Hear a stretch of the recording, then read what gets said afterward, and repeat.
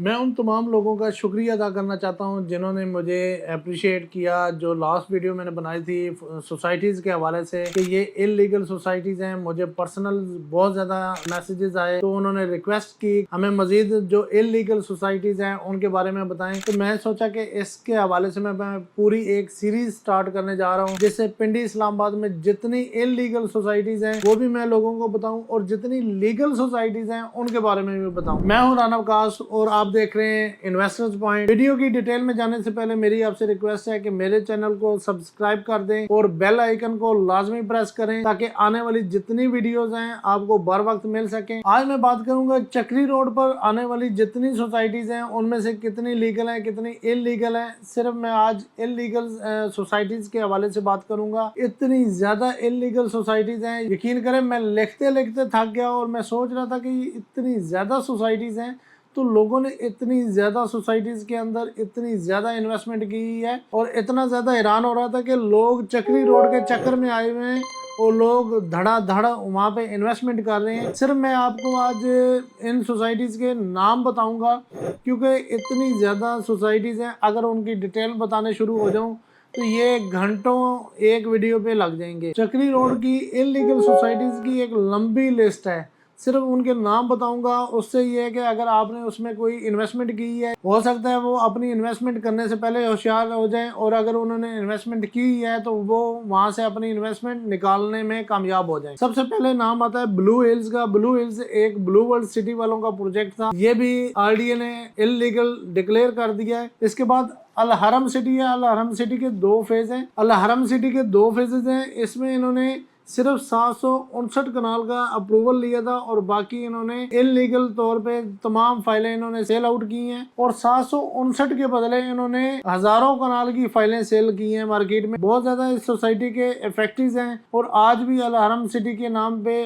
بہت زیادہ فراڈ ہو رہا ہے. اگر آپ نے انویسٹمنٹ کی ہے تو وہاں سے آپ نکال لیں اپنی انویسٹمنٹ, اور اگر آپ کرنا چاہ رہے ہیں تو اس سے رک جائیں. پھر تیسرے نمبر پر بڑی سوسائٹی آتی ہے کرتبہ سٹی. کرتبہ سٹی بھی یہ چکری روڈ پہ آتی ہے اور یہ جماعت اسلامی والوں کا پروجیکٹ تھا, اور اس کی 7000 سم تھنگ کنال کی اپروول ہوا ہے, اور اس کے بدلے ہزاروں کنال کی فائلیں پورے پاکستان میں بیچی گئی ہیں, اور آج بھی لوگ اس کے پوزیشن کے لیے رو رہے ہیں کہ یہاں پہ پوزیشن نہیں ہے. دھڑا دھڑ اس کی بھی فائلیں بیک رہی ہیں. پھر اسی طرح اسلام آباد گرین ویلی ہے, نیو اسلام آباد سٹی ہے, راول گارڈن ہے, اسمارٹ گارڈن ہے, ایولون سٹی ہے. ایولون سٹی کا بھی بڑا چرچا رہا ہے پنڈی اسلام آباد کے اندر. بہت ساری لوگوں نے اس کی اندر پرچیزنگ کی, اوپن فائلز پرچیز کی.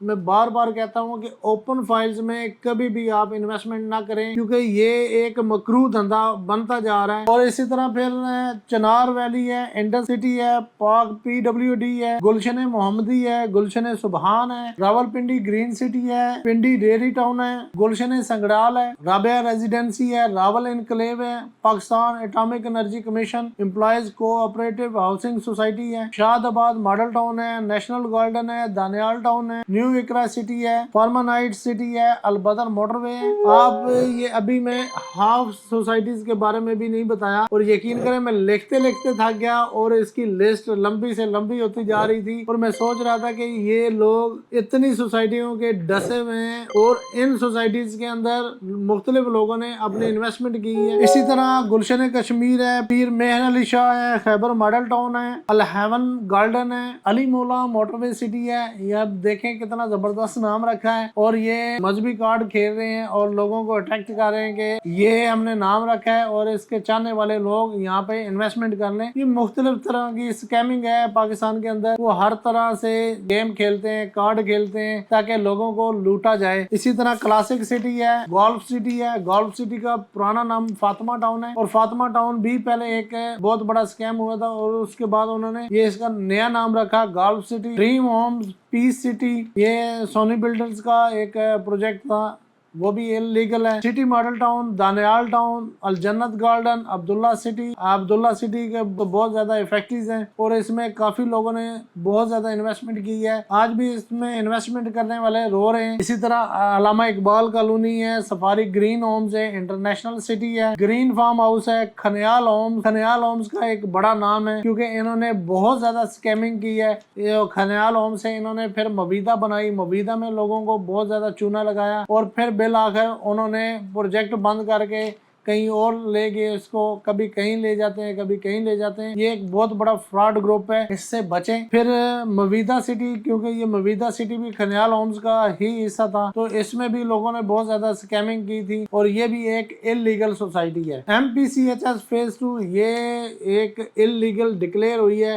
MPCHS ایک بہت بڑا نام ہے. B17 E11 1 ملٹی اور E11 3 ملٹی، یہ 3 پروجیکٹ تھے. اسی بیس پر انہوں نے یہ پروجیکٹ لانچ کیا اور اس میں بہت زیادہ پیسہ انہوں نے کمایا اور لوگوں کو ڈیلیور کچھ نہیں کیا، اور ابھی تک ان کے پاس نہ NOC ہے نہ ہی موقع پہ کوئی ڈیولپمنٹ ہے. اور اسی طرح یہ بڑے بڑے نامز اپنے کریڈیبلٹی کا فائدہ اٹھا کے لوگوں کو لوٹتے ہیں، اور بڑے بڑے مارکیٹنگ ایجنسیز، بڑے بڑے پراپرٹی ڈیلرز ان کے اعلی کار بنتے ہیں. ان کو بھاری بھرکم کمیشنز دی جاتی ہے. اس بھاری بھرکم کمیشنز کے بدلے لوگوں کی جیبوں سے وہ ہاتھ صاف کر کے ان کے پلے میں اتار دیتے. اسی طرح پھر ملٹی گارڈن فیز 2 ہے، ex serviceman housing scheme ہے، کشمیر ہومز ہے، کیپٹل آرچرڈ ہے، پرائم ویلی ہے، راول گارڈن ہے، Al Imran homes, the royal garden city, university view city, high life city, Aman scheme, empire smart city. ایسے عجیب و غریب نام ہے کہ یقین کریں پڑھنے سے پہلے بھی سوچنا پڑتا ہے کہ یار یہ بھی کوئی نام ہوگا، یہ بھی سوسائٹی ہے. جو آپ کے ذہن میں آتا ہے وہ سوسائٹی نیم ہے.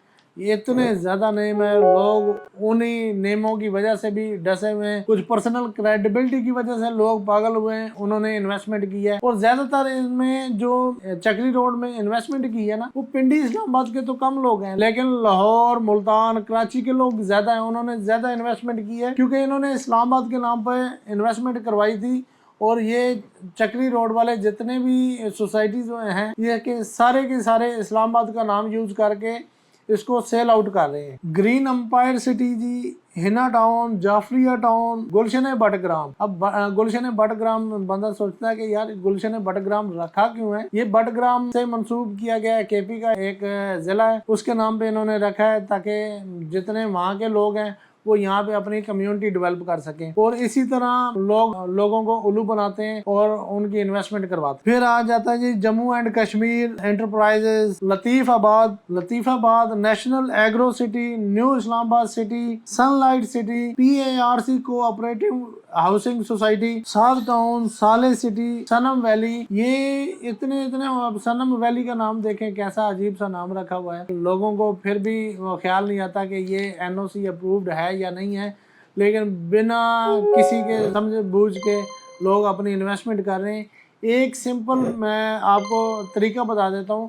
جب بھی آپ کسی بھی سوسائٹی کے اندر انویسٹمنٹ کرنا چاہتے ہیں، اگر وہ RDA کے اندر آتے ہیں تو RDA کی ویب سائٹ پہ جائیں تو اس کا وہاں پہ آپ نام لکھیں، پھر چیک کریں کہ آیا وہ لیگل ہے کہ انلیگل ہے، NOC انہوں نے جمع کروایا کہ نہیں کروایا، اپرووڈ ہے یا ان اپرووڈ ہے.